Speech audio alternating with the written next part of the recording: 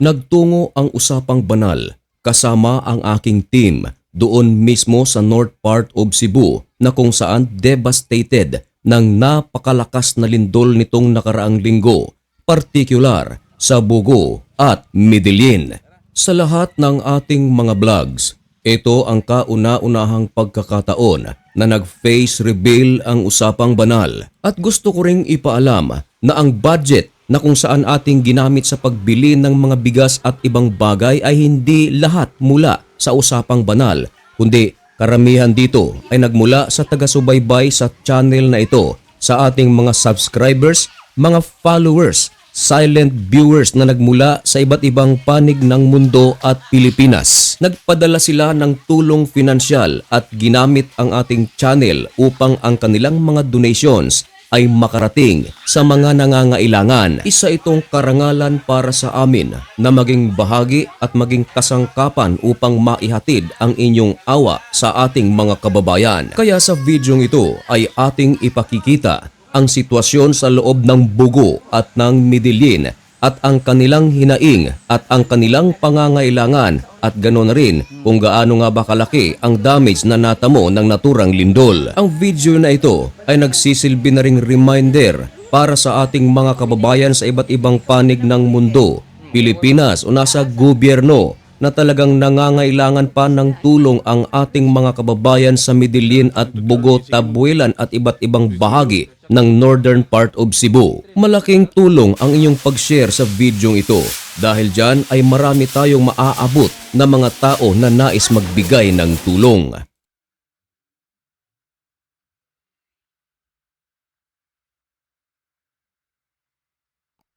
Alas 12:30 ng madaling araw, Linggo, nagtungo ang team ng usapang banal sa northern part of Cebu. Sinadya talaga namin na gabi kami magtungo sa northern part of Cebu. Ito ay upang makaiwas na rin sa matinding traffic. Mula sa amin, ang biyahe namin ay 4 hours upang makarating kami sa Medellin at Bugo. Habang kami ay nagta-travel, ay nakikita namin ang mga matitinding sira, mga kalsada na nabitak, mga bahay na talagang pinadapa, mga karatula na may nakasulat, "We need food and water." At dahil gabi ay hindi natin gaanong makikita ang napakalaking damage na natamo ng lindol, kaya minabuti namin itong kunan ng maliwanag. Ang kalsada ay katabi lamang ng mga nagtataasang bundok, kaya dubha itong delikado kung landslide ang pag-uusapan. Napakalaki ng mga landslide na aming nasaksihan mga kaibigan.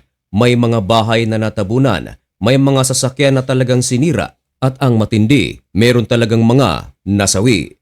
At upang magkaroon kayo ng idea kung gaano nga ba kalaki ang naturang landslide, ang mga bato na gumulong na nagmula sa mga bundok ay sinlaki ng mga multicab. Now, imagine kung gaano ito kalaki.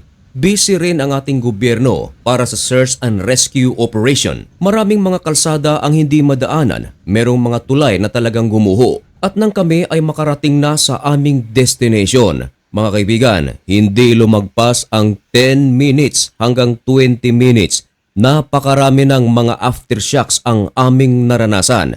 At mga kaibigan, napakalakas ng mga aftershocks. Merong mga aftershocks na talagang umabot ng 5.1, 4.9 magnitude. At isa pa sa mga nagpapahirap sa ating mga kababayan ay ang napakalakas na ulan. Ang ating mga kababayan kasi mga kaibigan ay nasa mga kalsada lamang, nasa mga open areas dahil mas pinili nilang mabasa kaysa bumalik sa kanilang mga tahanan dahil sa takot na rin ng mga aftershocks. Kaya hindi nag-aksaya ng oras ang aming team. Agad kaming nagtungo sa mga bukas na mga tindahan. Hindi kami nagdala ng mga goods na nagmula sa aming lugar dahil kung amin itong gagawin ay mahihirapan kami sa aming travel dahil na rin sa mga kalsada. Kaya pinili namin na doon na lang bumili sa Medellin. Salamat na lang at meron pa. At ang aming binili mga kaibigan ay talagang last na lang at yun din ang kayang abutin ng aming budget. Kaya binayaran namin ito. Nariyan ang resibo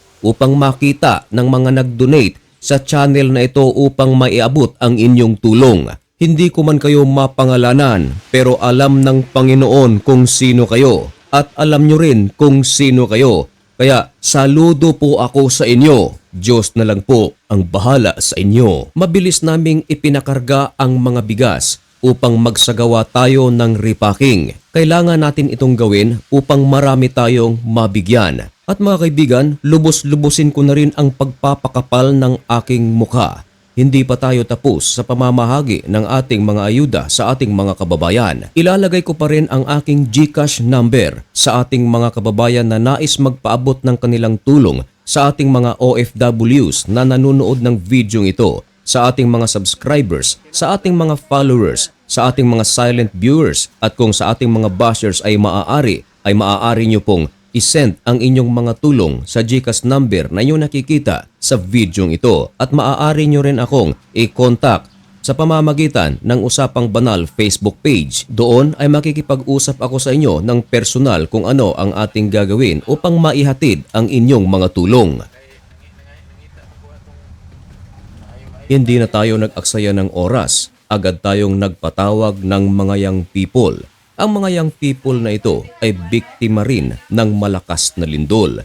Sila ang ating ginawang kasangkapan upang makatulong na mag-repacking. Biktima man sila ng lindol pero baka sa kanilang mukha ang tuwa at saya habang ginagawa nila ang repacking. Hindi alintana ang mga aftershocks. Baliwala na ito sa kanila, parang nasanay na rin sila katagalan. Napakasarap tingnan na ang bawat isa ay nagtutulungan upang makatulong.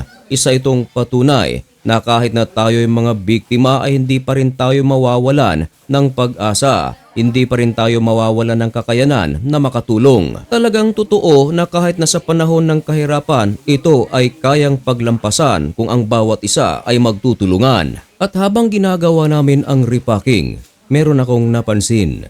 Biglang sumakit ang aking ulo. Biglang kumulo ang aking tiyan. Nakalimutan pala naming mag-almusal. Pero kahit paman ay nakakabusog pa ring tingnan ang pagtutulungan ng bawat isa. So eto na nga, nung matapos na tayong mag-repacking, handa na upang ihatid ang ating tulong sa ating mga kababayan. Ikinarga na natin ang ating mga ayuda sa ating sasakyan at upang sumugod na. At siya nga po pala mga kaibigan, napakarami pa pong lugar dito sa Bugo at Midilin ang hindi pa naaabot ng tulong, lalong-lalo na yung nasa mga sulok. At ang mga nasa sulok, ito ang ating target. Agad tayong sinalubong ng ating mga kababayan. Bakas sa kanilang mga mukha ang tuwa dahil merong tulong na dumating sa kanila. Ayon sa kanila, ito raw ang unang pagkakataon na merong pumasok na tulong sa kanilang lugar. Bihira lang kasi silang napupuntahan dahil ang kanilang lugar ay sulok-sulok. Habang pinapanood mo ang bidyong ito, ano ang inyong nararamdaman? Ako nga, kahit na ako ang mismong namigay kasama ang ating mga kababayan, habang ginagawa ko ang bidyong ito ay hindi ko pa rin maiwasan na mapaluha dahil sa sobrang tuwa.